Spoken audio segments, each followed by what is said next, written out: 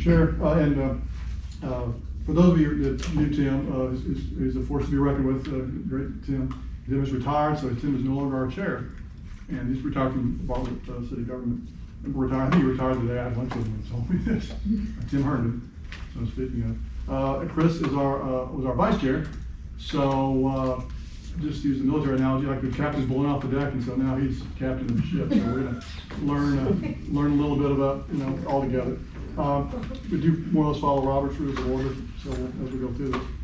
But Mr. Chair, we have a quorum for it, and we can now conduct business. Okay, I think we have maybe the first thing we got in our submission from email was the minutes from the last meeting. Has everybody been able to take a look at those, and we'll need to look at them and go ahead and approve them.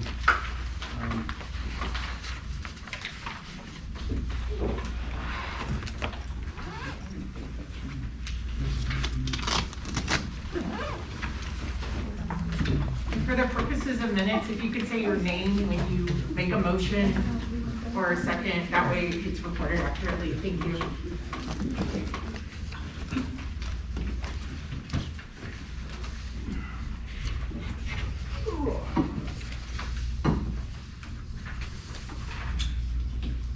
Has everybody had a chance to look at them, have any comments, any motions we have on our minutes? Quentin Clark, motion we approve the minutes. Hensley, I'll second. The first and a second, we need to vote on that now that we need to hold all, do we say all ayes? You just say by acclamation. Just any opposed? There's none, just by acclamation. Okay, are there any opposed at this point to that motion? Hearing none, we affirm that it is moved. Got Ms. Hensley with the second, and who moved? Quentin Thomas. For the record, public notice was run in the Daily News. That was accomplished. The date of publication was 4/7/22. Having that business done, I believe, are we ready to hear our first case? I think so. So we'll go ahead and bring in our first case. The first case should have that in our packet. Here we have nice. Thank you for preparing the packet. It's very well organized. Thank you. Before I bring them in, Chris, you had a good idea. Why don't we just go around the room and introduce the board members just out loud to everybody. You introduce yourself and just go down, starting with Ms. Alexander. Sure. Casey Smith Alexander, Administrator of Environmental Health Services. Quentin Clark, Maxwell Gas and Water. David McCrae Drilling. I'm driller at large. Mike Sorensen, City of Germantown. James Brown, City of Bartlett. Terry Perkins, Town of Arlington. Christopher Markle, City of Memphis. Alex Hensley, the Shelby County at large. Angela Denovi, Shelby County Health Department Water staff. And I'm working with Tyson, the Supervisor of Water Quality and Septic Program. Hello, Larry Smith, Technical Manager, Pollution Control. Veronica Smith, Water Quality Health Department. Karen Cook Pryor, Deputy Administrator, Pollution Control.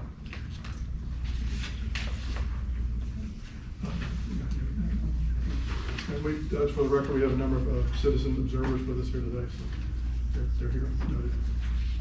The first case you have before you, Mr. Rose. This is a case where the well is denied because MLGW has documented that they have adequate supply available to them for what they want to do. And that's pretty much the gist of the case. I'm gonna let you guys move forward with your argument. Yeah, so not sure exactly how the process is supposed to work. We did apply. Can we just confirm for 1 minute that you in fact are Dean Rose, for the record? You're Dean Rose, and you are discussing the property at 11290 Macon Road. Is Yes. that correct? Yes. Okay, please Yes. continue. So we bought this property in March of 2019. We moved into the house last fall. There's still some construction going on outside with the shop building as well as more landscaping and sod still going down as we speak. I've lived or, witnessed 3 summers worth of the effect on the property and the lake out there. Have concerns about the lake levels falling.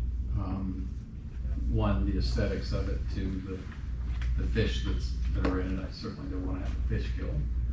And we're also irrigating about 4.5 to 5 acres of the property, all the way from across the front of it around the house, all the way back to the shop.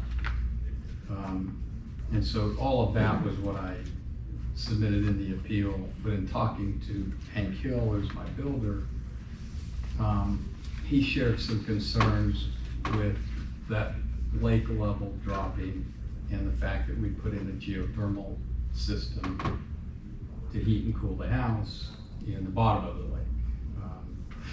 The lake, we think, is probably 100 years old. I think I found some satellite or aerial images from 1928 or 30, something like that, and the lake was there. My guess is when I look at the elevation behind the levee versus in the front, it's probably filled in quite a bit. At the time that we dropped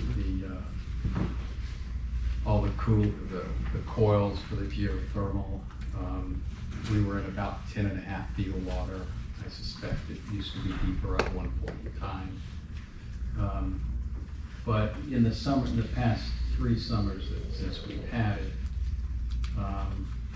the lake drops 1 foot to 18 inches a year, or during a dry spell.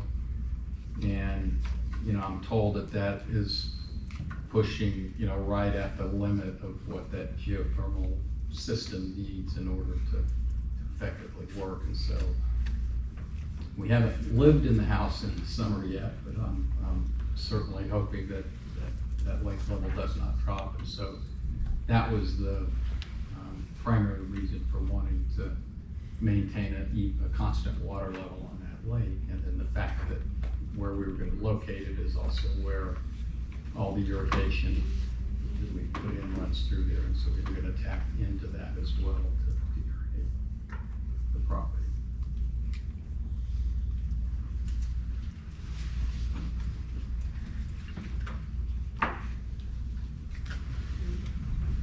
So would you allow me to elaborate just a little bit? I don't want to take up your time. Certainly.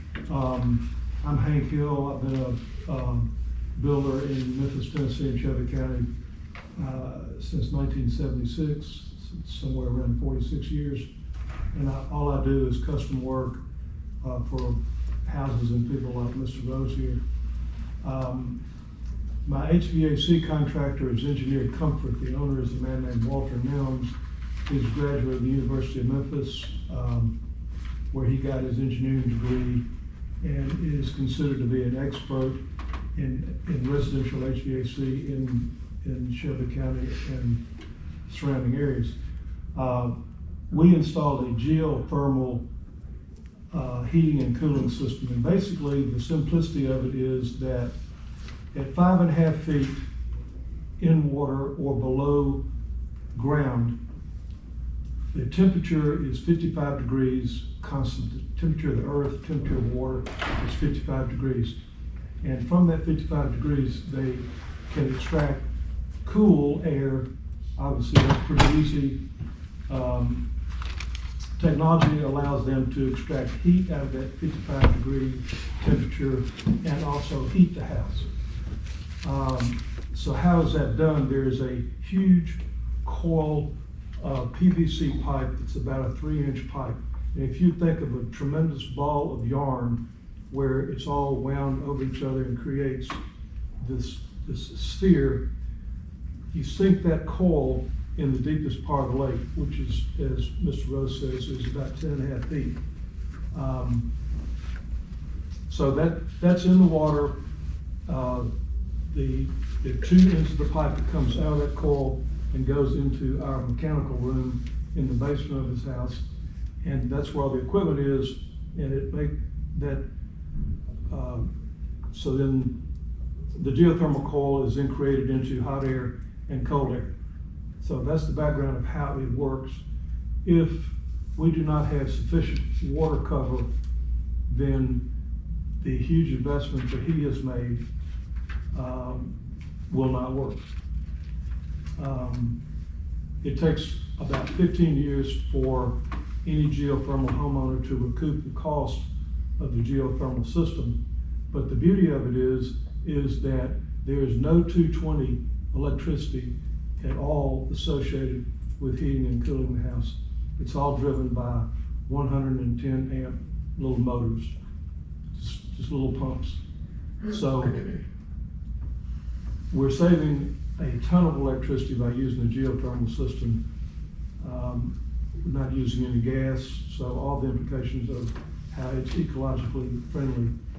And so that is a significant part of why the lake needs to be maintained at the existing level and not be allowed to be less than, because we'll lose our water cover and therefore our constant temperature.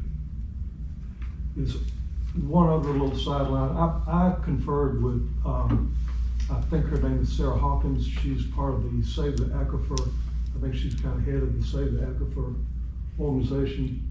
And she suggested that I mention to you all that Mr. Rose would be willing to allow the new well for you all to put in your monitoring system that I think is sort of, is that something that you all are? Not us, as Caesar.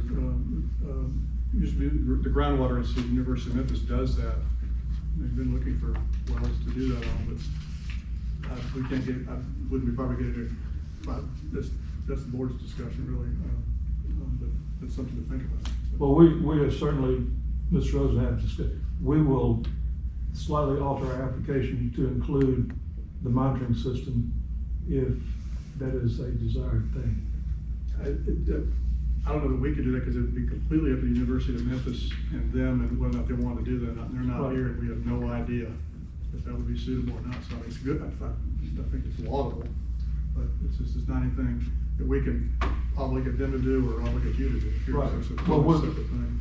We will offer it and amend our application to show that. Any questions from the board? Yeah, I would be willing to help initiate or participate in that process with you again if everyone's willing. I think that's a great idea. So it sounds like the well is gonna be used both for irrigating the land and refilling the lake. Is that correct? Yes, ma'am. And so what would the well be used to irrigate across the land exactly? There's about 4.5 acres right this minute of sod and, typical residential landscaping.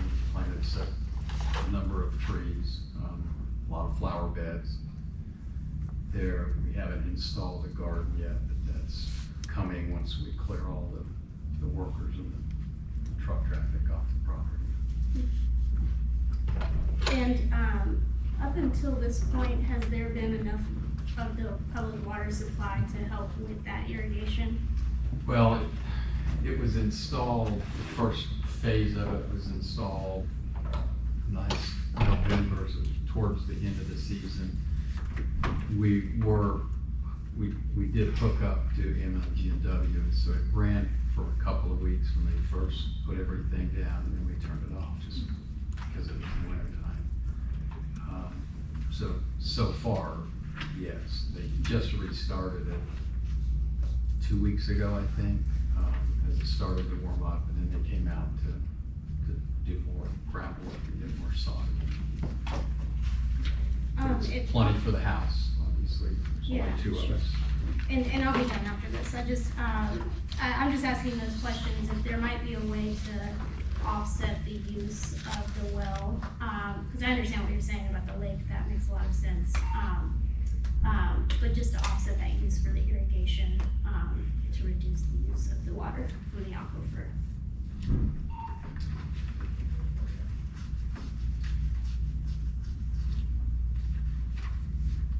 concerned about using too much Yes. for landscaping? Yes. I mean, I know at our prior house that we had in Germantown, much smaller, property, but we seem to get, most of the time, enough rainfall to keep the grass, from dying. And so we tended to not just set that on a timer, but turn it on as needed. And I suspect whether I have a well or not, I'm probably gonna do the same thing here. There's quite a bit of rolling slope to the property, and so things seem to drain well enough without getting too soggy or without getting too dried out. So I don't want it to turn into mush either, I did it, so I think I'll be very judicious when I turn that thing on and turn it off, regardless of where the water's coming from.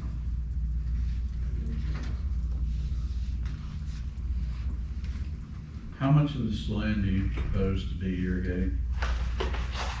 It's The front half? More or less?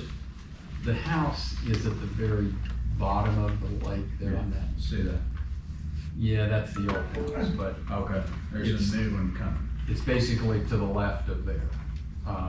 Good point.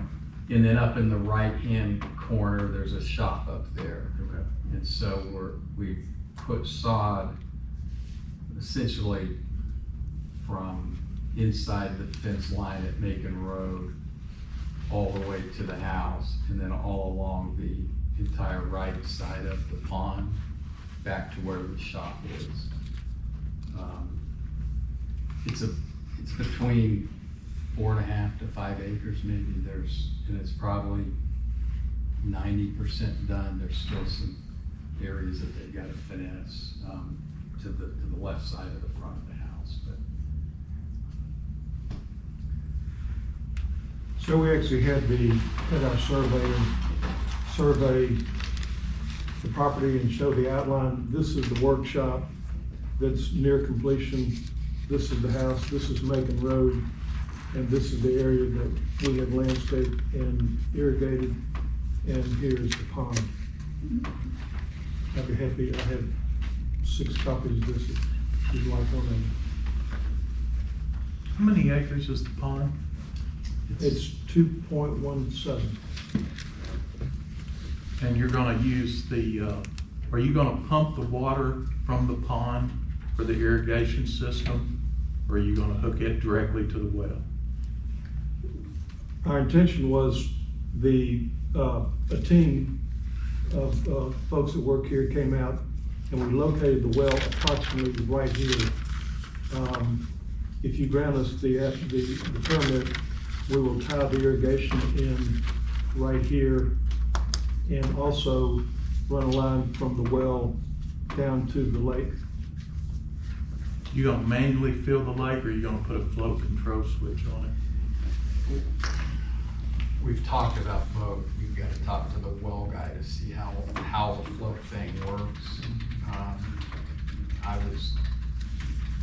If it's simple and elegant and it works and it's reliable, I'm open to it. But I'm thinking without knowing any more, I would probably be just as satisfied to turn it on as needed and then turn it back on.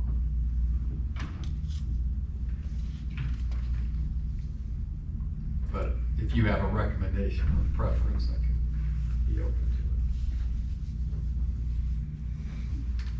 it. Never done a well. This is for our board and also for us to consider, but the reason we're here is, one, the size of the well.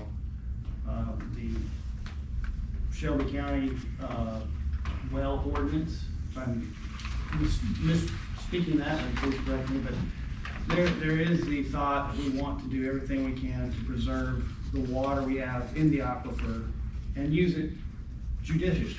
A couple of questions come to mind on your system. If there's a certain level of coverage necessary, would lowering the level so that you have more water above it at all times create a situation where you always have enough geothermal cover to get that temperature change. In other words, if you set your geothermal heat transfer point lower, so you always have more water over the top, would that then reduce the need of the water that you need to keep covering in the transpiration? We have, your average daily heat which gets transpired. I mean, what kind of conservation steps would you have in place to use your water judiciously? Yeah, well, right now, when Walter's guys came out and they went out into the lake to find the deepest spot, and that 10.5-foot mark was where they identified this is the spot. That's where they sank it.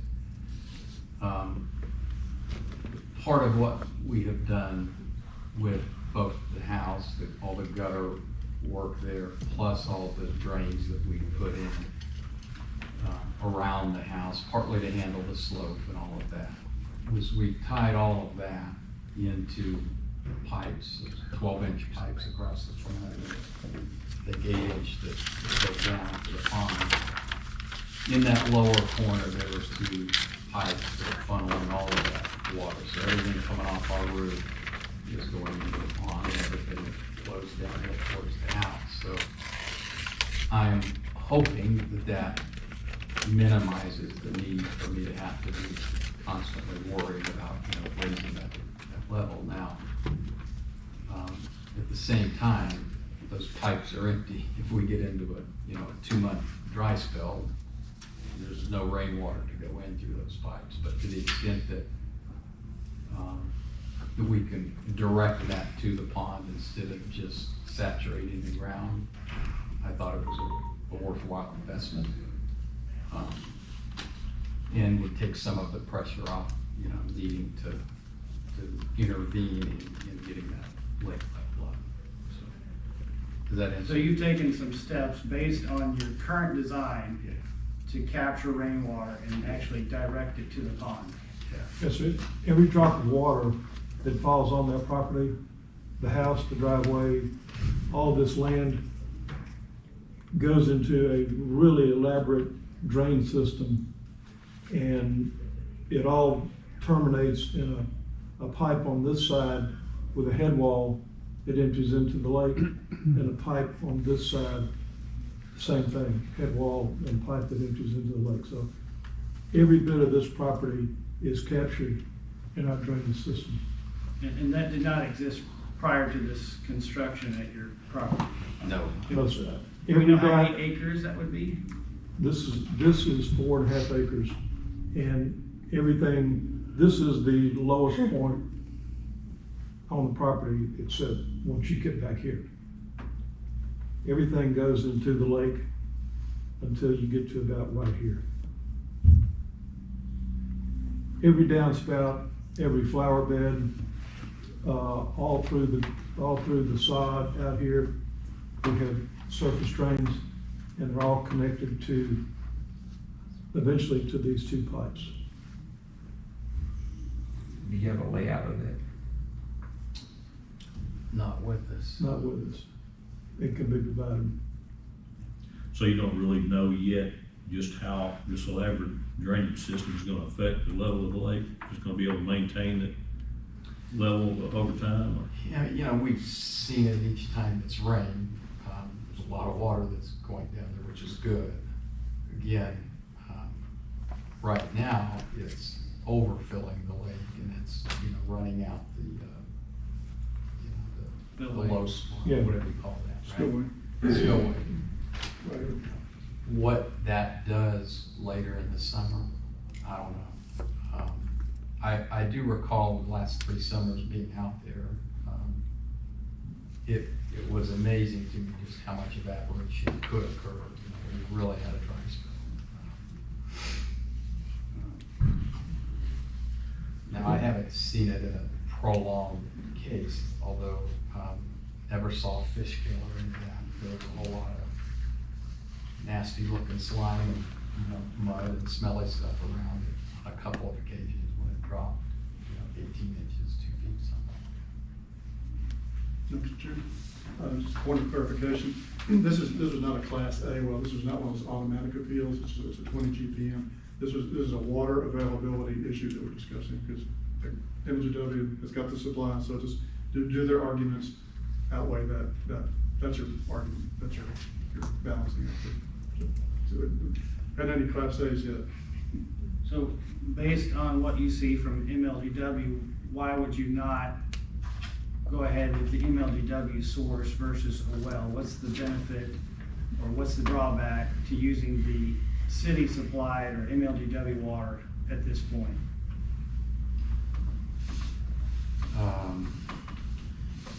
Well, if that lake drops a foot, it's about 12,000 gallons that I've got to pump into that.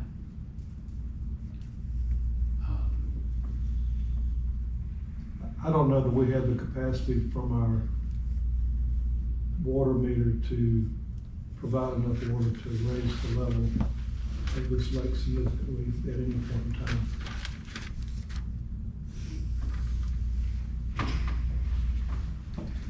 And do you know how often you would have to pump that into the lake? I think it's going to depend on the weather conditions. And why would you have to wait till it dropped so significantly to fill it back? Well, I wouldn't. Okay. I know, if it was on an automatic. I was just asking, because you said 12,000 gallons approximately. Why not do it at 600? Why not do it at 900? Obviously, we could. Okay. We had an engineer calculate how many gallons of water is required to elevate the lake 1 foot. So if it drops 1 foot, it would take 12,000 gallons Okay. to, and that could be over a period of time or. Okay. But I would not intend to wait. Right. As a secondary or another kind of follow-up question, you'd mentioned that you get enough in the spring to get overfilling, overtopping of the lake. At its current elevation, is it feasible or is it possible to extend the height of the dam to make you get you enough water so that you can account for your evaporation during the summertime? Kind of maintain a cushion, I think is what he's saying. Yeah, I mean, I'm not a pond dam expert. Right now, the top of the dam is probably 5 feet above the water surface, 6 feet maybe, at the high spot. I see that as being a real problem, given that the shop that is being built sits on the edge of the pond and has a deck that extends out into the pond itself. I certainly don't want to see the water level rise above that. That would not be good. So you're saying current siding of existing structures would not, that would make it really not an option feasible. at this Yeah. point. I don't know if I think we as a board are deciding yes or no, but it would be interesting to know, what kind of conservation techniques or requirements would be, or should be, could be required either on the board or by the county. I don't know where we fall in that. Can we get some advice from the Shelby County Health Department on how regulation of conservation? I don't know if we're at that point. It's unplowed ground, as they say. That so far it's just been deny or grant a permit and, limiting what you pump out. There's no specified conservation techniques in the regulations right now. It's spoken about a couple times in there about having them brought to us and say, will you like this or you like that, but there's nothing outlined in there that we would say to pick your number 2, number 3 technology or method or whatever. So we don't really have anything to offer that way. I wish we did. So, okay, at this point, it sounds like we may be looking at an estimate on a summer, if I'm hearing correctly, about 12,000 gallons of groundwater. Is that, and aside from the irrigation point, there's also the irrigation side. But at this point, we're talking about, it sounds like 12,000 gallons maybe more. I mean, we don't know exactly a number, 12 to 24,000. I mean, how many feet? You say you haven't been there that long, I suppose? Well, I've seen it for 3 years, and at different points in times during the summer, it's dropped below a level that would today make the geothermal thing somewhat risky, you know. But again, I don't know what the summer's gonna look like this year. Right. If we get plenty of rain or enough rain, Lake will be fine as is. I didn't like the idea of taking a chance on running into a shortage of water and then running into trouble with the geothermal. Now, are you gonna continually irrigate, or are you irrigating now to set grass? I mean, is it, you're gonna, I mean, are you putting ryegrass out, or are you putting Now, Bermuda? most of it around the house, the immediate house is zoysia. Zoysia. Especially where some of the trees are, and then after that, it's Bermuda. Everything else is fescue. Yeah. So, again, Yeah, I just didn't know whether, you know, for instance, you were just irrigating now to try to set. yeah, sod. part of it, right this minute, Yeah. yeah, it has been, they've been very. We've had so much rain, we really hadn't needed a whole lot of irrigation. Right. Once that grass takes root, then I think, again, in the past, I found that I was better off just turning it on when it needed it and then turning it back off and not just letting it automate. Yeah. I think I woke up too many times with the sprinklers going in a rainstorm. They've come a long way with sprinkler systems now that don't come on when it rains. Yeah. I didn't have that last Will one. work. It sets up with the current weather. Yeah, You know, that's what so this system has in it. Again, we haven't had a fully functional yet. So if I could pose a question and maybe a possibility as far as conservation or an amendment. Because it sounds like the lake is the real issue, that there's enough public water supply for the irrigation. So is it a possibility that we could limit the well use to the lake? And only when it goes under the threshold you need for the geothermal system? As far as how high the water is that a possibility? I don't think we can make that. I think so either. Yeah. They could propose it if that's what they wanted to do, but, I mean, I don't think we could, that would be a complete agreement by them. But, So you're saying, Larry, we could request that? yeah, You know, not necessarily cannot be a condition of our approval or denial, but we could, it's conditional permit, we've done conditional permits before. Yeah, but again, the applicant needs to agree to it, it's not, you can't just say it's, not, it's either deny the permit or you can do the conditions, which would be kind of one or the other. Is that something you all would be open to? I would give it serious consideration. Yeah. That is more of a priority than any of the others. And what is the threshold it has to be at for the geothermal system? We're told that we need to have at least 5.5 feet of water above the top of that basket full of pipe, which is about as big as this table we're sitting around. so you put it in 10 foot, and what's the height of the It's heat about 5 exchanger, feet. essentially a heat exchanger? Yeah, I mean, it's like a big giant plastic net, you know, with a bunch of pipes coiled up. It's, you know, close to 5 feet tall. They floated it out there, they filled the lines with some kind of water, and they had to be pretty solution, which causes it to sink. And so there's, you know, right this minute, there's probably 6 feet of water, about 6.5 feet is all the rain that we've had.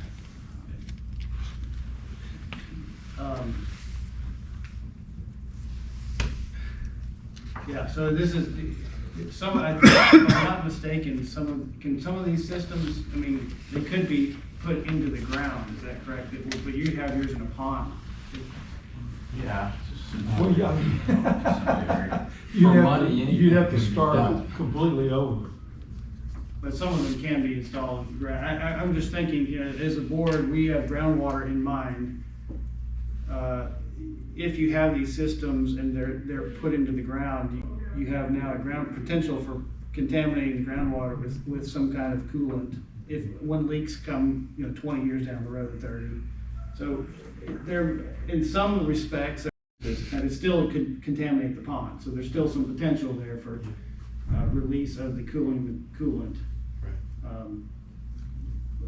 Which would then become a surface groundwater issue, but maybe not a drinking. We want to protect our drinking water, keep it clean. So I think at this point, do we have any further questions?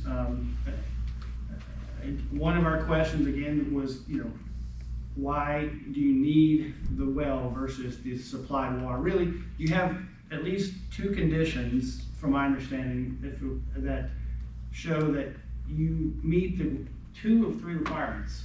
Can we just kind of review that again? How many? There, size of your property, which has to be greater than 4 acres. Your property is greater than 4 acres, correct? Size of your lake is greater than 1 acre. But have adequate supply from MLG. But have a MLGW that could supply this amount of water. And once again, do you have problems with city water going into your pond or into your irrigation? Or what would be the problems with that?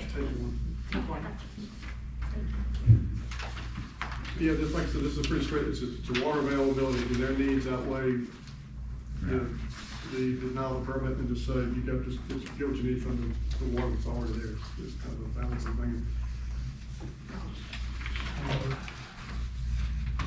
And you stated that you think that the supply line might be too small to get it to fill up the pond. Are there any other reasons that it might not be good to put city water into a pond? Not that I'm aware of.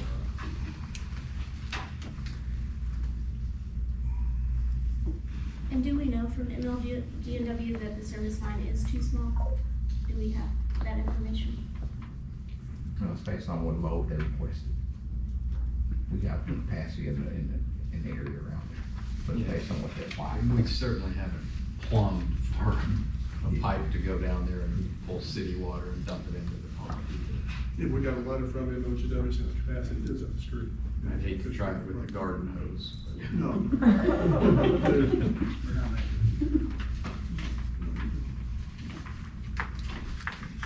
don't know if capacity to apply for it, it was based on all of this, or was it probably based on less than that, I submitted. Yeah. Well, to that point, if he doesn't keep the level of the lake at a level that is necessary, I guess the alternative would be to hook up hoses all around the house and run them down to the lake. I don't know of any other way we would be able to do that. Just put another tap in the line of the street, wouldn't it? A bigger one. 2 inches. 2, 3, 4 inch line, whatever it takes. And basically, I don't know how it works with MLGNW, but basically that would be set up to where you're not charged sewer for it, obviously. You'd just be charged a straight fee for what water is used. Irrigation. Yeah, irrigation, maybe, more or less.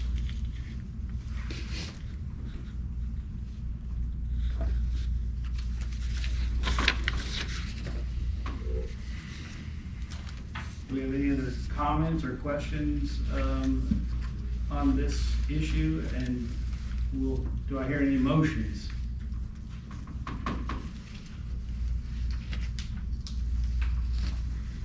Well, it'll have to be a motion to either grant the denial, repeal the denial, or modify it. So just didn't need a motion either way to get out of here. Uphold the denial, grant the permit, or make it.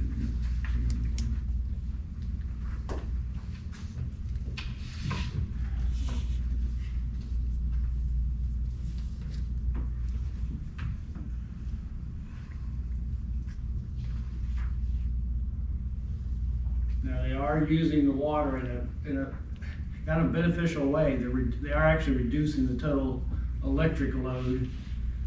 So there are some positive benefits to what's proposed. It's not entirely all negative. We have in the past let it ride, let people have it with, they have the correct size of the lot. Obviously, that's one thing. The lake is of size that it does meet the parameters. MLGW does have sufficient water going to the property that very well could keep the lake up. I mean, if you put in another tap, that could very well do it. Now, do you want to do that?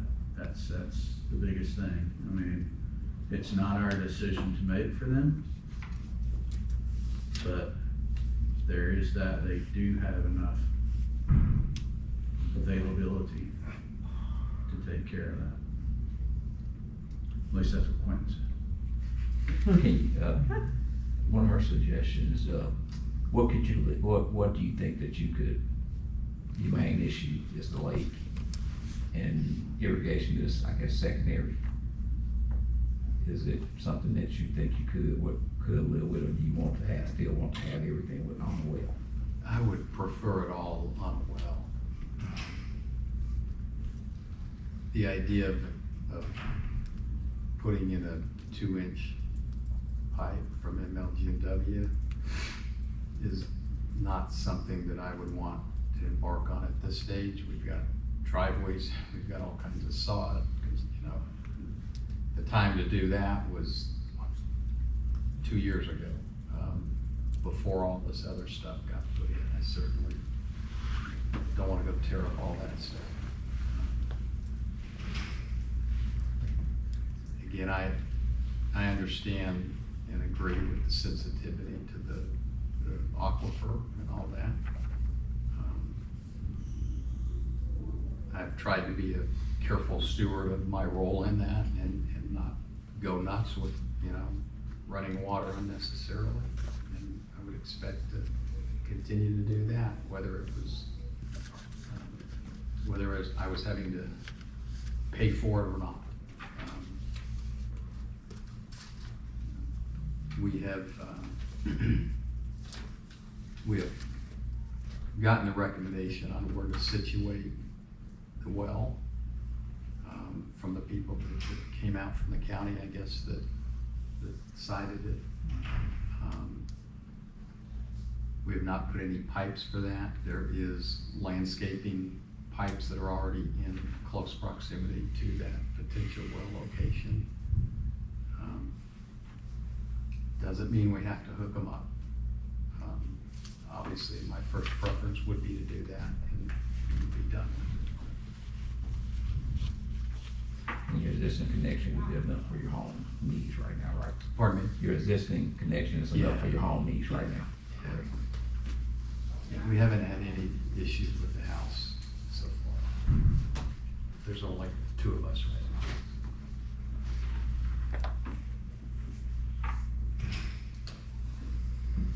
Larry, what is the process for the conditional permitting as far as putting that into motion?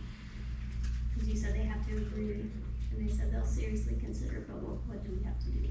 It'll probably mean they'll have to come back before the board, because I wouldn't expect to hash it all out in detail here, because that would be fair to other people out there.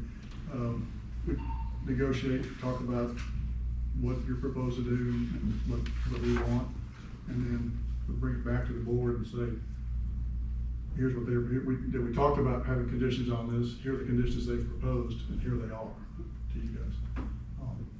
Probably wouldn't hurt to have another, we're way behind the groundwater board meetings, not that because there's so much funding that it's been about a year since we've had, so if we had another one in a month or so, it's not a bad idea, really, situation.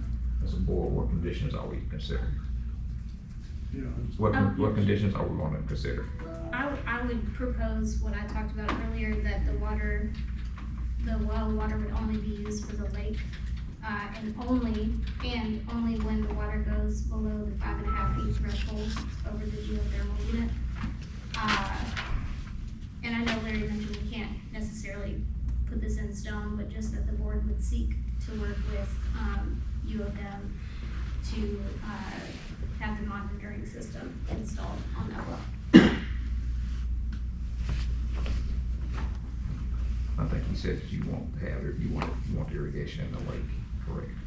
I would prefer it if it means a difference in getting a well approved or not. I would forgo it.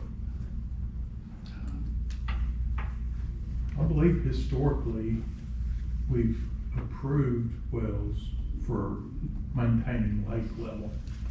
But we haven't approved for irrigation. Right. Not that means anything, but just saying historically, I believe that's what we've done. I mean, I don't have a problem with that. You know, like she said, you know, as long as it's set up on like something consistent, like a float system to where, you know, it's not just, okay, it looks a little low to me, I'm gonna run it for 4 hours. You know, I mean, if it can be set up to where it's only as needed.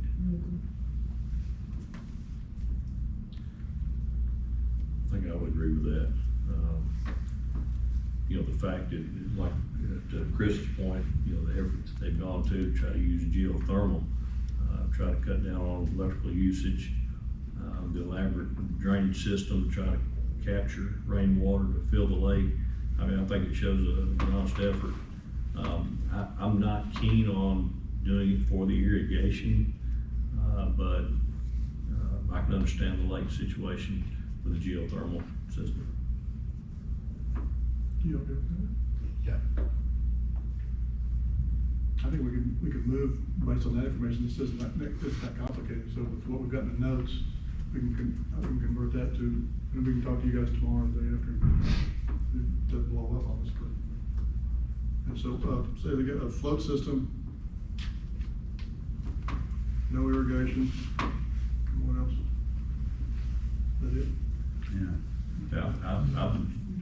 Yeah, if possible, if they're willing to agree to that, I'd like to see them do the monitoring. That's Still would be good for that. Let's just phrase that as optional, just you guys just talk. Yeah, I'm wide open to it.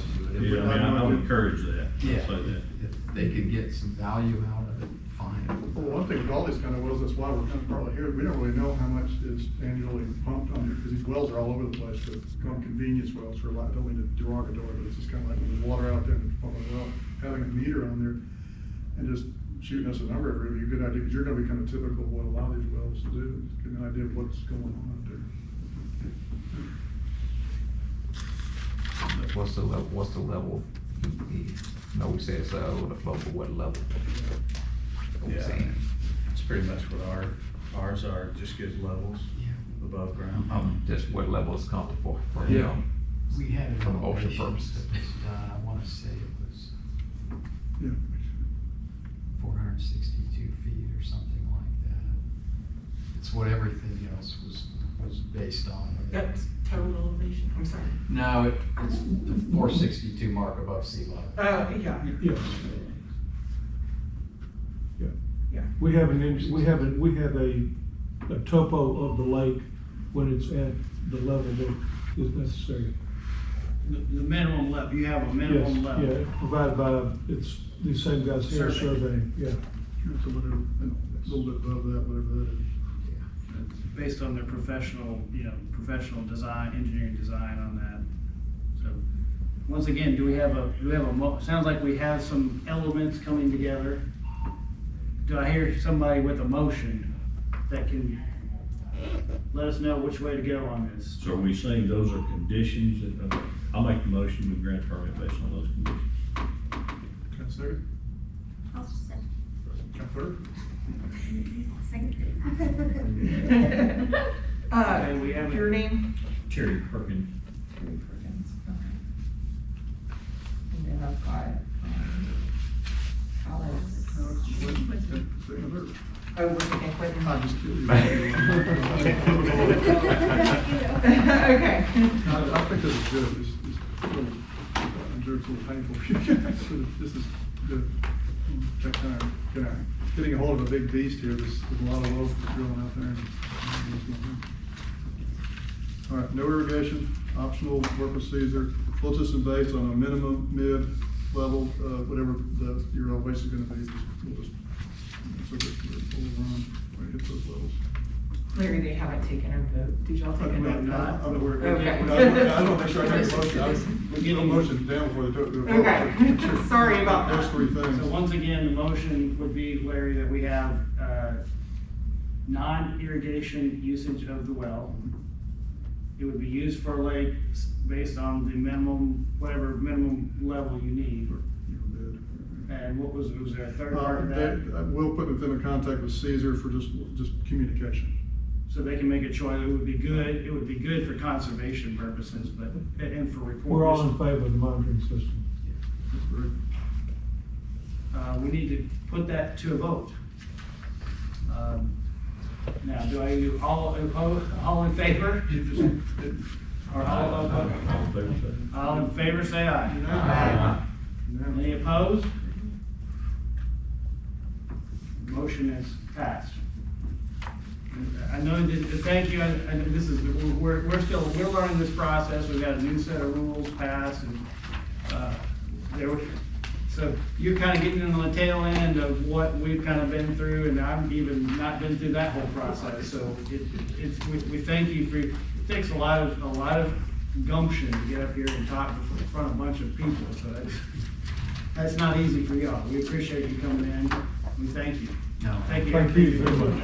I appreciate the process and I appreciate your consideration and the decisions. Thank you. All the staff too. Y'all was very kind and very. Okay, I think our next one should be is it a Russell Weifman and Stephanie Hack? 3220 Chambers Chapel. Walking Christian Well. 1324 Chamber Chapel Road. Larry. Kevin, that's me first. You don't pass that picture back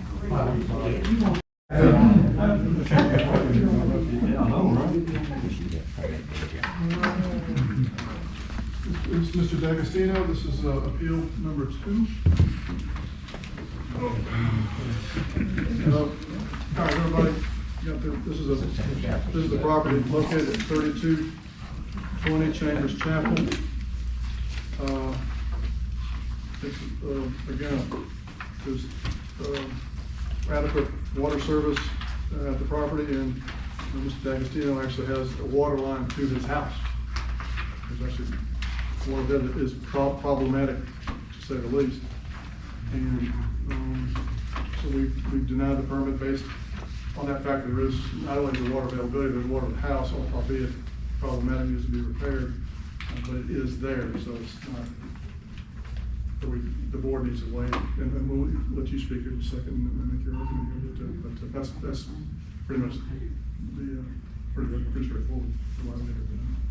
So I want to just we're looking at I believe the application, and I think it says Russell Weifman and Stephanie. No, that's the second one, the other. There's one. That's my neighbor to be, so. Okay, all right. Kevin D'Agostino. Okay, are you in fact then Kevin D'Agostino? I am. Okay, and we'd like to kind of hear your case and hear what you have. Just tell us why. I think you probably stated in here, and I've kind of read over, but I think we want to hear it, from you personally. Right. Why is it that you would need a well here versus city water? And I see you have looks like you have some exhibits here to show us. I do. I guess my first thing here, just want to make sure we're all on the same page. The initial, letter that I got that was denied, says the well used for irrigation and lake level retention. I do have a pond on the property. That's kind of the secondary reason for the request. My primary is for residential service. I'm not sure if that makes a difference or had any any input on the reason for the denial. My primary request is for residential. If you can pull that, so this piece of land that we're on here, obviously the blue highlighted piece is my home. This all kind of started as a 100-acre tract of family land that was later subdivided into a couple pieces. So the one that's there has my house, and then the pond beneath it, that's our property as well. The one down beneath that, the small 4-acre tract, is my parents. And then the one that's to the west of it there, that 4 acres, that's Russell Wiseman. I guess it's gonna be next behind me, where they're trying to build a home. So I bought the house in June 2017, and it seems like every couple of months I experience a massive water leak. There's a 2.5-inch line that runs through somebody else's property now, that larger property that's to the west of me. And as you can see, it's a flag lot. And I'm constantly repairing a water line. Here's the water line, and this is usually what happens every time there's a crack in the coupling, and it's because that ground right there, where there's cattle stored, is really unstable, I guess. It's experiences a bunch of sinkholes. It's my understanding is when they built Highway 64 that they put a bunch of fill dirt in there. So at one point we thought maybe it was related to the water leak, but there's sinkholes all over it where my water line's not even located. Last month, I've used this tool that MLG&W has. It kind of shows your water consumption. So last month we did find a leak. It finally came out of the ground. So 52,360 gallons. If you go back to the leak before that, March and April, about 30,000 gallons a month. And this, I guess, tool here, consumption tool, doesn't go back any further than 2019. So then I have another one in January, February, March, 2020, another 30 to 40,000 gallons per month that I've had a leak that we fixed. And the water line runs through somebody else's property that has cattle on it. They're not really friendly with me going in there and digging up this line when it finally shows itself. You know, usually if we get a snow, is usually when we can see where the water is coming out of the ground. Until then, you're kind of at the mercy of Mother Nature, what dries up enough for me to be able to say, okay, the water line's over there. You know, if I thought that going in here and putting in a new water line that's 2,700 feet long to service my house would be a solution, but the plumbers I've talked to said with the ground doing what it does, every time we find a leak, this is what we have, and when they cut the line to repair it, there's a couple inch mismatch between the line. So they have to, you know, put kind of an area in there to get the line to join again, and it's because the ground's sinking. On top of there being cows, you know, and farm equipment constantly driving across the line. I understand the rule says that, you know, if public water is available, but I feel like obviously this is a flag lot. Had I known this in the get-go, I probably wouldn't have went down this road, but it's kind of my baby now, I gotta deal with it, you know? Is the reason for the request. You know, we do our best to fix the water line when it can be found. I think there's 2 leak detection companies in Memphis, maybe 3. And when you tell them I got a 2,700 foot water line that we don't know where it runs to look for a leak, they won't even think about trying, you know? So until the water shows itself, which usually, as you can see, is 2 to 3 to 4 months in, I'm at the mercy of that. You know, I understand it looks like I'm trying to defer maintenance, but again, I don't think a new water line is the solution based on the ground that I have to go through to get to our property. On top of all that, I don't know if you can necessarily see here, the property that I do have that has access to the water main is 20 feet wide to the road for the most part. And that's currently inside of the neighbor's fence line there. So we bought the property as a flag lot. It started as a big piece. It was originally fenced as one big piece, but what I actually have is inside of someone else's fence line that they don't want me to disturb because of his horses and cows and so on and so forth. So it's kind of a unique situation, and it's a real mess. That's why I'm asking for consideration to install a well, to hopefully put this problem behind me. Again, the primary reason is for the home. We do have a pond. I think that would be another benefit of being able to use that for you know, water level of, you know, keeping the pond up in the dry months. What size is your pond? 2 acres. Good. And what size is the property that you're sited on there? Is it? So my home Is it two lots that we're seeing? Is it this one plus the one just Right, south? so the one that my home is on is just under 11 acres, it's like 10.9, and then the property there to the south of it is, it's like 19.89, so about 31 acres combined. And your sewer, is it used sewer or just a septic tank? It's a septic, and I have the septic layout as that as well, it's off the east side of the home, so it's nowhere near where, I guess, a well would be located. So I have the original septic, permit and layout from 1990 when the home was built. We cited it, we cited it. Okay. Where decided it? Where's that? I'm sorry? We cited the well on that area, you remember kind of where it was on that? I did, this one, I don't believe has been cited. So I have the septic Septic. that no one's cited the well for this property. So I'm just basing it on kind of what I've read for regulation of where the well goes and where the current water connection is to the house. So, Is the blue line here, is that also your access road to your house, or how do you get to your house? I go to my house through a common drive, so if you look, you can see where the drive actually is. So you see my the fence actually goes down the gravel road there. It's a real mess of a shared drive between, I guess, with their home that's being built, it'll be shared between 5 different homes.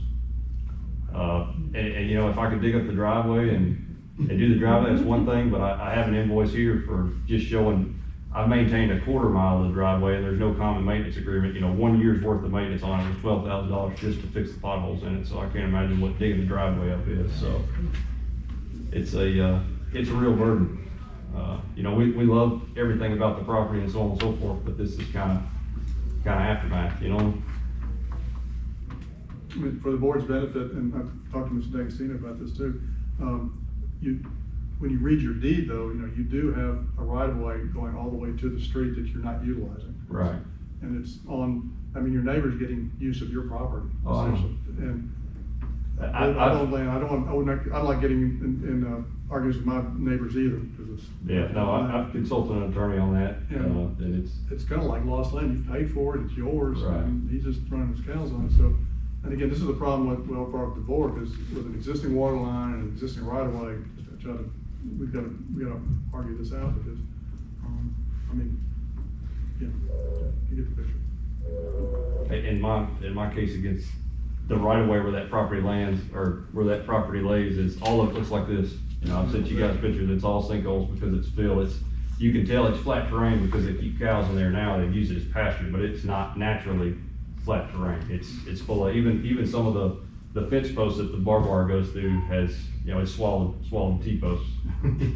So, The water line really needs to be completely relayed, and and I feel like and everything, I don't know, I agree it's a mess. if I lay it through this unstable ground, I feel like a new water line is not fixed because of the instability of the ground. It's kind of, if it was just made, so I knew I put a new water line in, I put it behind me, it's not gonna save a ton of money, but I feel like my next water line's gonna be doing the same thing based on, what the plumbers I've talked to told me. You know, nobody wants to do it because they don't think it'll stay, you know?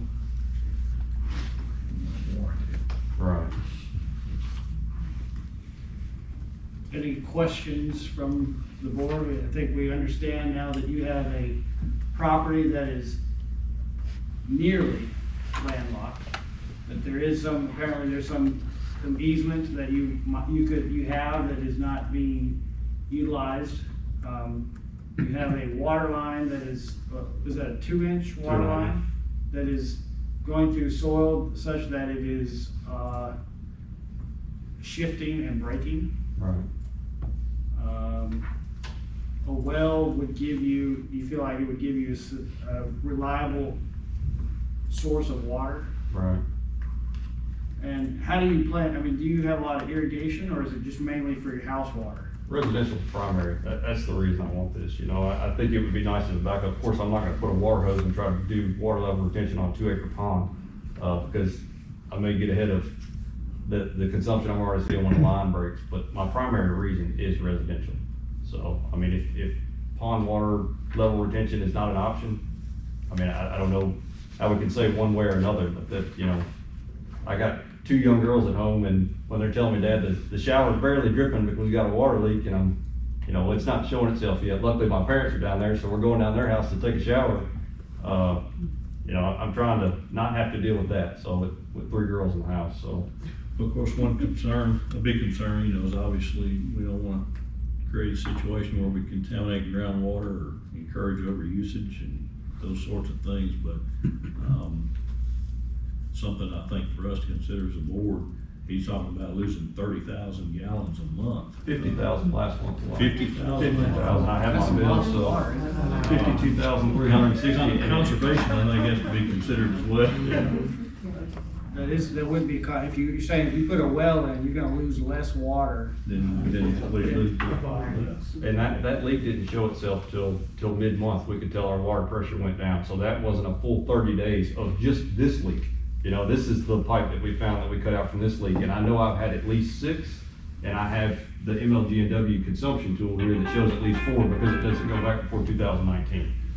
So you know, usually when the snow falls is when we can find it. This one was big enough that this was the worst one. I mean, like I said, we almost had no water pressure this time, and it finally showed itself when we got dry enough. We saw a spot, and I had somebody go in there and start digging, and they found the line, so.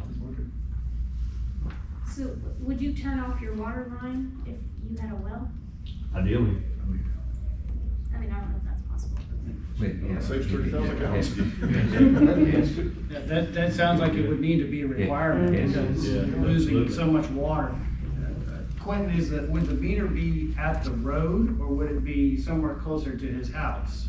This is not their, this is not your water, this is not MLG water being lost, right? This is water, metered water. Yeah, the meter is at the road right now. Yes. So about where that green dot is the location. And it's Yeah, metered, so- but it's still being lost. Yeah. It's measured as a loss. We said that it was set it there and that's for him to run, so I see what his issue really is.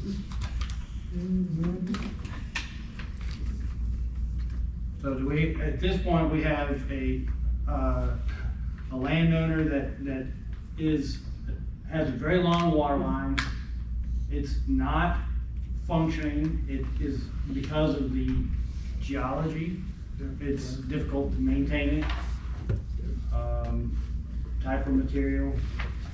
He has an immediate need for his family to have water and is losing more water in the MLGW, well, in the meter line from MLGW than he would have if he installed a well.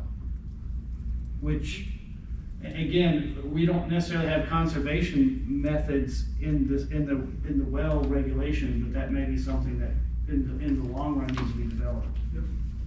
So at this point, we need to decide, provide a motion on which way to proceed, whether to allow this permit or to disallow it. I'll make a motion to allow on contingent that he does discontinue service from the meter. I second that motion. My name's Mike Sorensen. And we don't have that conservation method. I'd love to see that here too, if you're open to, University of Memphis monitoring the well. Yeah, I mean, what exactly would that entail? Someone, I guess, coming out and inspecting periodically, or? You would have to put something on it. Is it a wireless like a cell phone transponder, or is it, It's a Transducer. if they have to manually come out and read the transducer, it would come out and read it? Mhm. And they do that, how frequently was that done? max quarterly, usually about annually. And is there a cost to install and maintain that on my part, or?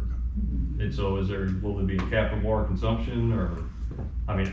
Basically, if it's the same thing that we've got, it's level indicators.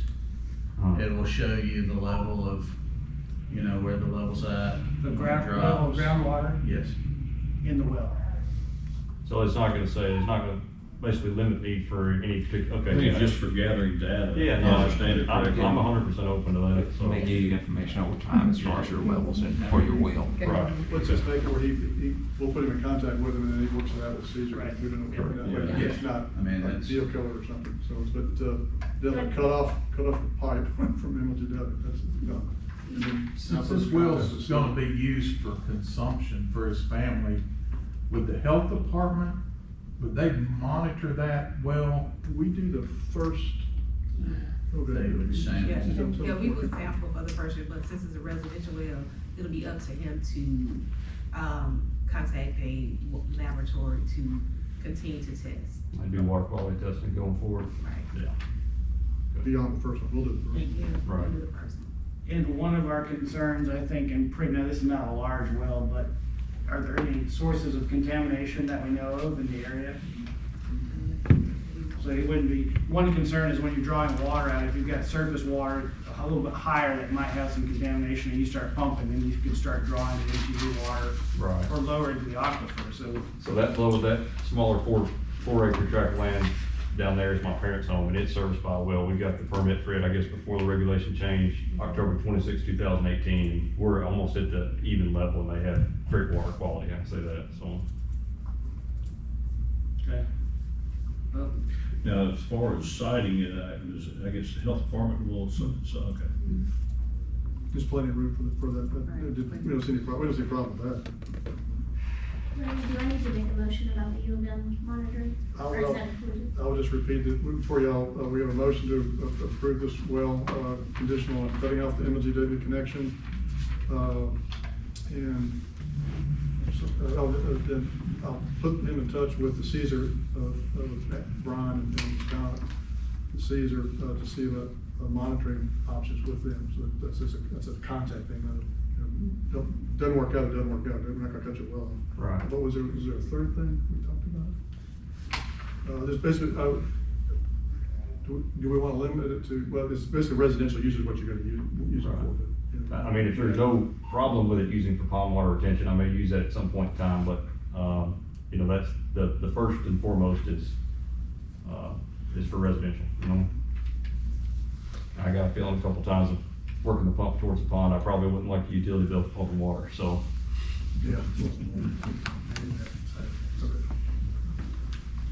Okay, so we have a motion, are we ready to go to vote on that?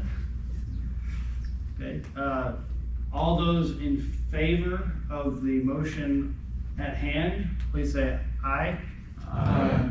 All those opposed? The motion has passed, and we are now, we'd like to say thank you for your time, and again, is for saying for every, public speaking is one of those things, is the worst thing in life, it seems like the worst thing in life for everybody, but you made it through it, so. Well, I appreciate everybody's, consideration on it for sure. I wish I'd have done it 5 years ago, let's say that, so. And the health department then you'll still be in contact with the health department for siting of the well and things like that. They'll get further in contact with you on the particulars of it. Okay. All right, that's it for us. Thank Thank you, everybody, I really appreciate it, so.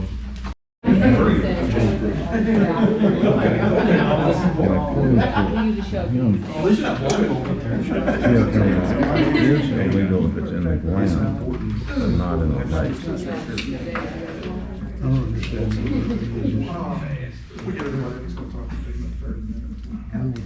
We're talking about traffic. I was asking. I'll call the court back to order. Our third appeal, and, is Mr. Weissman? Yes. All right, and, turn over to our chair. Yeah, sorry, basically a water availability issue,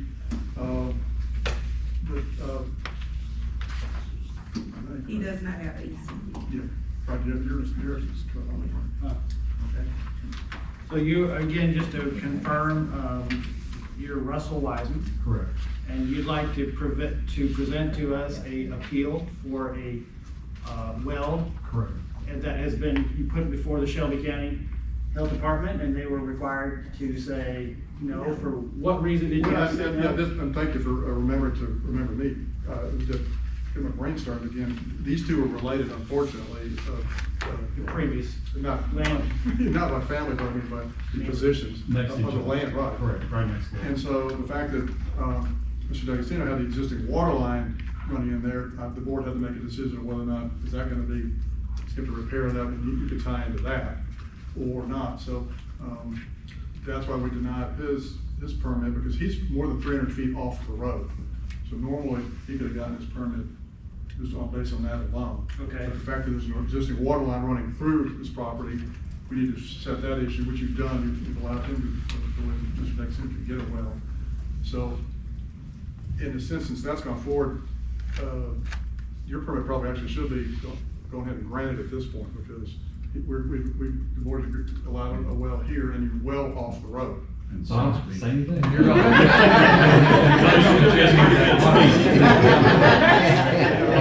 That water line's gonna be disconnected anyway, so Right, so- there will be no source. I just wanna make sure, it is for residential mostly? Yeah. Yeah, I was gonna, yeah.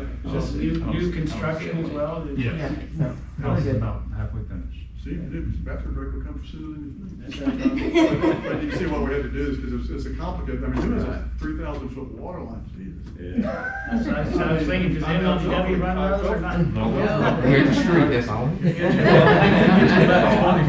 didn't even know the meter until I got to know him, and he's like, you need to, do a well, because I don't know anything about construction.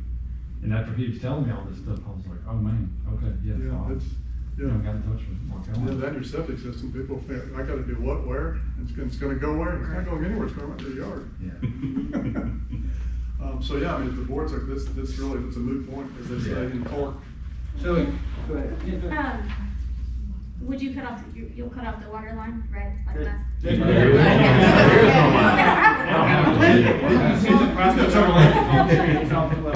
Okay, can I make the same motion as last time without the water line?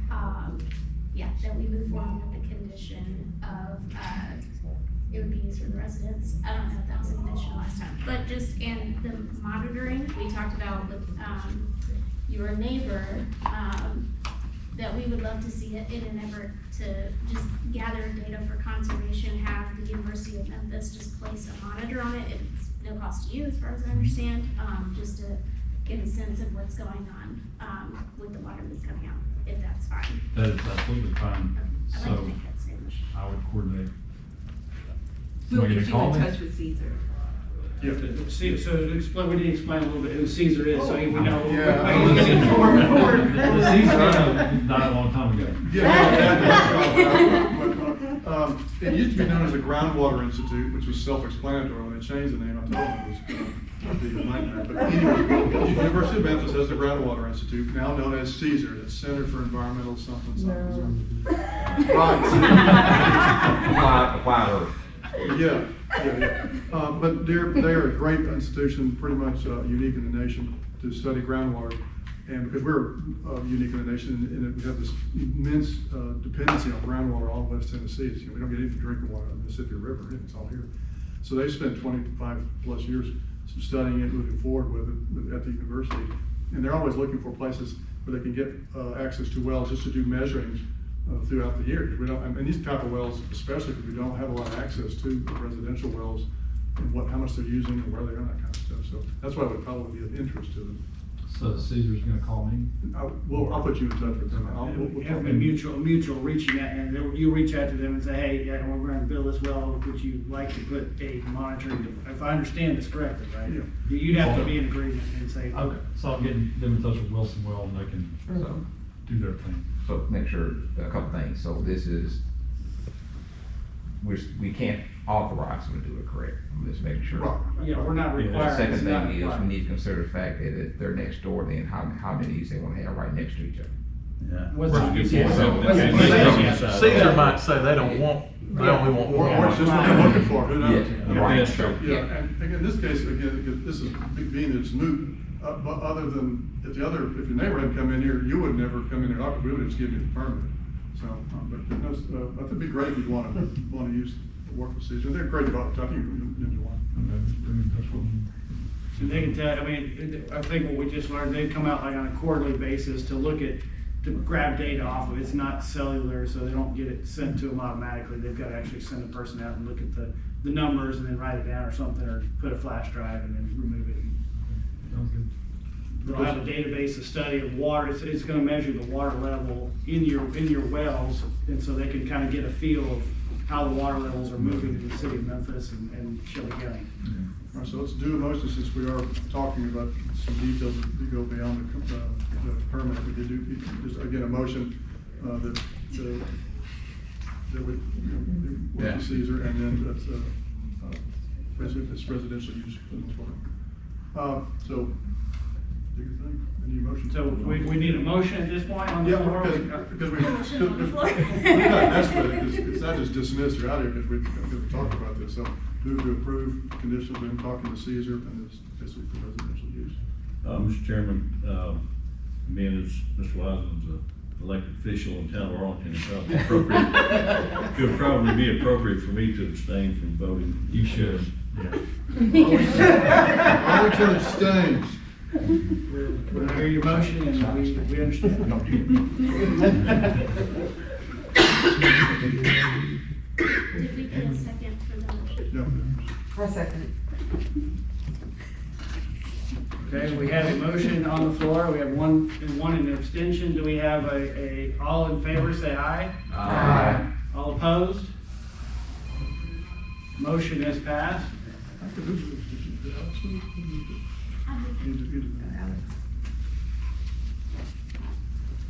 All right, going once, going twice, get out of here. And thank you for coming in. We appreciate it. Thank you. it. And I think the Shelby County Health Department will be in touch with you on the actual details on the permit side and all that. Well, we've already. They've already Oh, there's signed some. it. Okay, It's already- very good. I just want to. Make sure that flag stays in the ground. Thank you. Okay. Oh, yeah. Cool. Mr. Wiseman, just wanted to let you know, I just wanted to go back out and double check my measurements. Okay, the flag, I made sure the flag is right where you put it. I guard the flag, so. Well, someone else may be captured the No, flag. anybody comes on the property, they all know how important that flag is. Yeah. But yeah, just call me or email me. That's what. Sure, will do. All right. Thank you. Thank you. See you, man. On your mark and set, go. We have any other business, one thing we just need to consider in the future, especially for these part of this is protect the aquifer. And part of that, I think, was initiated from a large well put within the city of Memphis in the southern part, next to some other possible areas of contamination. And we don't see that here necessarily, but that's always a question for the board to ask and check on, are the contaminations in the area, one for the residents themselves, but also for the rest of the local community population. So, Exactly. and the water usage, interestingly enough, in this case, there is some conservation by disconnecting from the city supply. Yeah. Just surely due to loss. I have a couple questions, if that's okay. Just to consider, I'm wondering what would be necessary. One, if we can require the monitoring, and if that would require some funding from Shelby County that we would need to ask for. And maybe a requirement for the wells to be so far away from contamination sites. If those are things that we can pose to amend the rules. Yeah, under Class A, we've already got that baked in there for Class A's now, so that part's easy. The metering, we'd have to change the regs, because that's what would require, it's not metering in the sense like gallonage, or just monitoring like what kind of, we have to some kind of metering we're talking about, first of all. And then is it gonna be for residential type stuff, or industrial's gonna be easier but I think it's gonna be talked out. This is a real good time to be doing that, because as we all remember, some of us do and some of us don't, but it's I forget a lot too, but I just remember that we've got a open regulation draft out there. Talk about a comment period, it's been basically open for comment for almost 2 years now, so we've got to, at some point, it'd be nice to, and remember how much fun that was before. Oh, yeah. But at any time you open up a statute, it's always that way. It's like dominoes. You don't know, you fix this, but this pops up later. It's kind of what's happened here. So these kind of thoughts of what we need to think of. This is good, but we need probably the next 60 days, maybe July-ish or somewhere there. Let's maybe try and get together for a working meeting. Where, and between now and then, we'll get the regs out to everybody, beat you over the head with it, kind of get us back to where we were, and then kind of, okay, here's the things that we've all kind of figured out we need to. You know, Doesn't hash out. the county, doesn't Shelby County already, I don't know what the word would be, make a donation to Caesar? Don't you all already donate money to Caesar? Yeah, we did, no, Yeah. we didn't, and then we're Yeah, we're about to- now we're we're about back to to do doing it. it. Yes, we're about to We're do about to shoot $350,000. It's a contract though, it's not a Correct. donation. Yeah, no, it's work to be done, it's all, it's a monitoring thing. They get money from us every year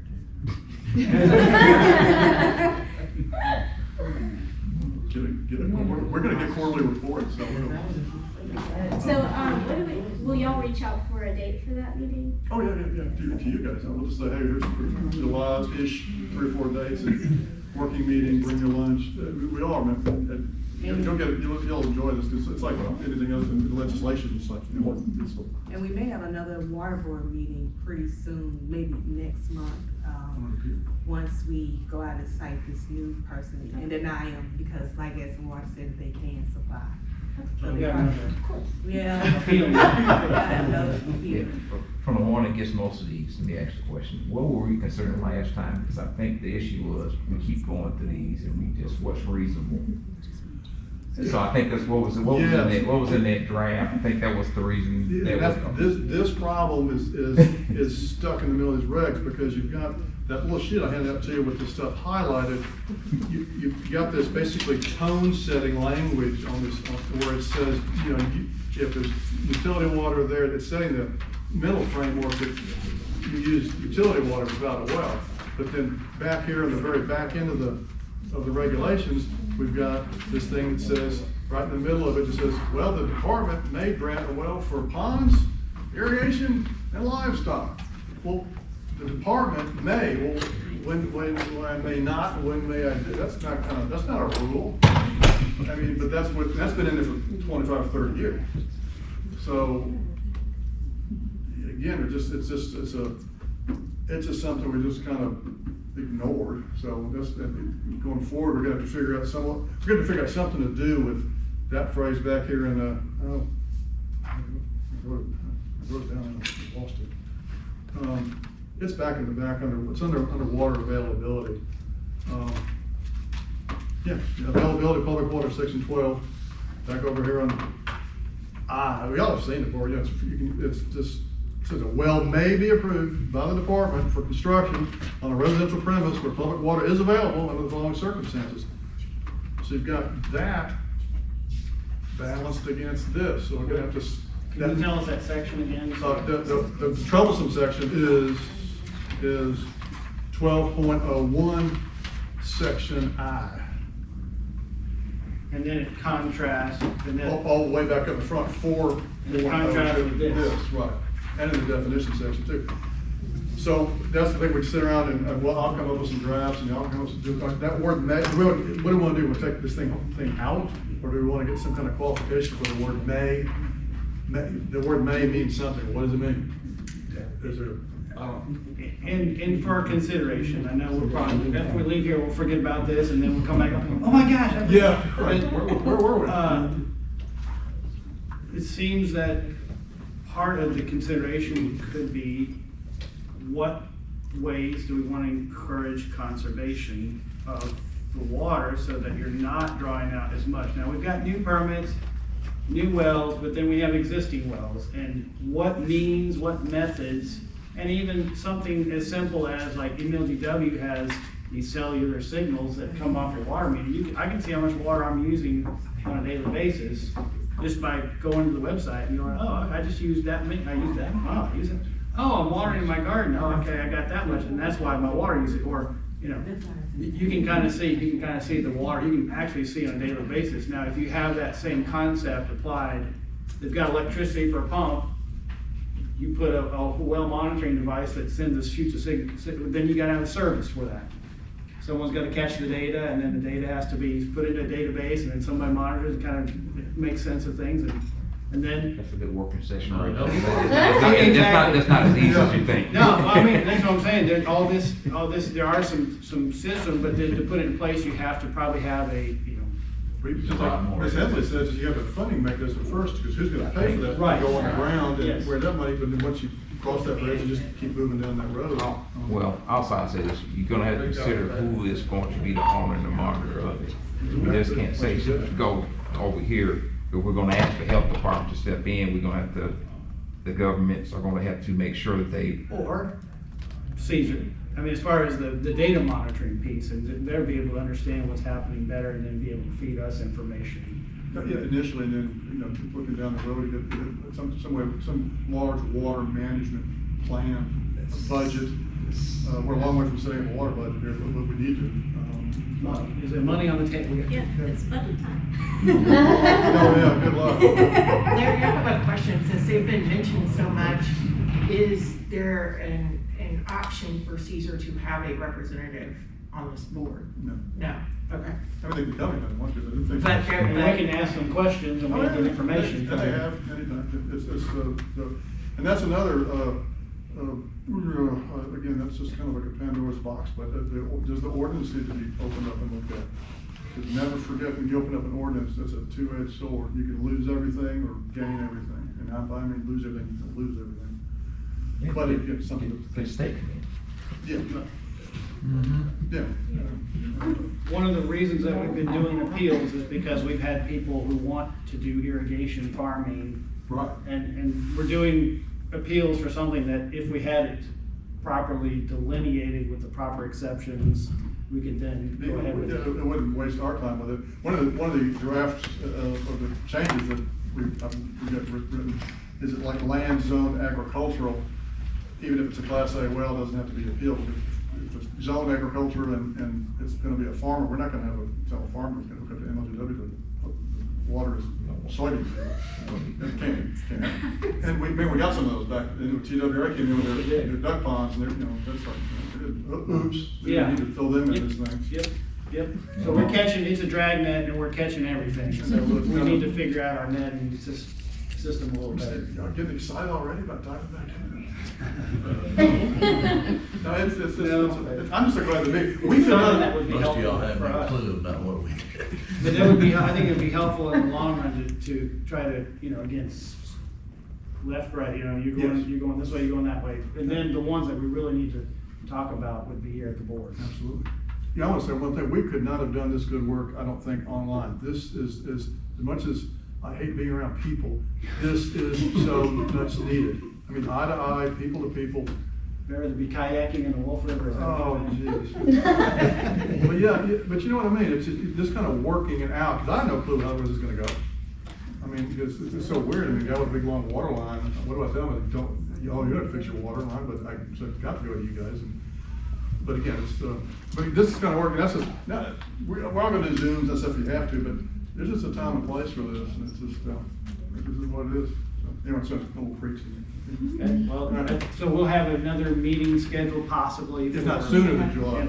Yeah, Month or probably two. sooner. All right, well then I guess we better save our time. And Get on out of here. And we'll look for a working meeting, say, late July, since we're gonna do a work. Well, we can do a little work and maybe there's other appeals coming out. A working meeting, say, Yeah, mid-July. yeah, we can do that. Katie, you have to sign it. Yeah, It's coming around. I want y'all to, make sure everyone signs in. I want to act like we're here.